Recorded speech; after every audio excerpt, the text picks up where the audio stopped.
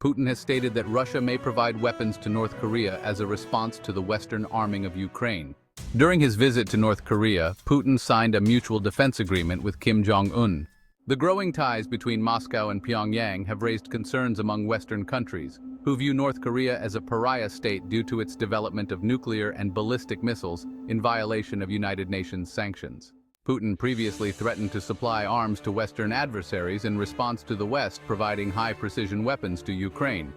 In his latest comments, he mentioned that North Korea could potentially be a recipient of Russian arms. The treaty signed between Putin and Kim commits both sides to provide immediate military assistance in the event of armed aggression. Putin stated that the cooperation with North Korea would serve as a deterrent to the West, but there is no intention to involve North Korean soldiers in the conflict in Ukraine. The United States and Ukraine claim that North Korea has already supplied Russia with artillery shells and ballistic missiles, which both Moscow and Pyongyang deny. Putin warned South Korea against supplying arms to Ukraine, stating that it would be a mistake and that Moscow would respond in a way that would be painful for Seoul.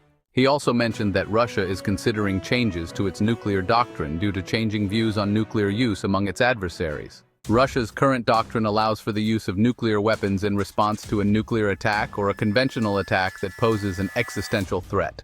However, some Russian military analysts have suggested revising this stance and potentially using nuclear strikes to deter adversaries in the West.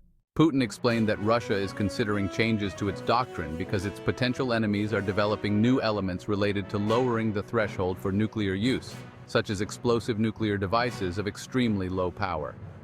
He emphasized the need for Russia to pay attention to these developments. Since the invasion of Ukraine, Putin has frequently highlighted the size and potency of Russia's nuclear arsenal and warned of the risks of a global conflict if the West becomes more involved in the war.